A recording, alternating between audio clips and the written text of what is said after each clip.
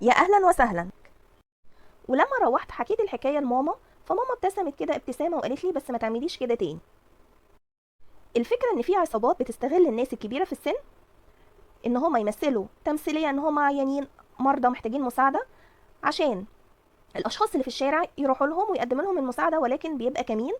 ممكن ممكن يسرق منك حاجه او يسرق منك حاجه او تسرقي انت شخصيا، فالموضوع مش امان.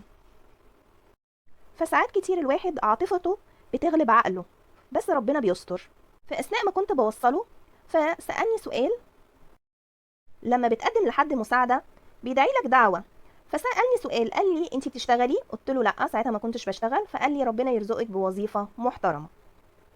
لو عجبتك القصه وعجبتك الفكره، يا ريت تشاركنا بكومنت عن موقف حصل لك في حياتك مشابه، او موقف حصل لك مش قادره تنسيه، لانه ممكن يكون عنوان الفيديو الجاي وعنوان الرسمه الجاي. وتدوس لايك وتشترك في القناه عشان يوصلك كل جديد. سلام.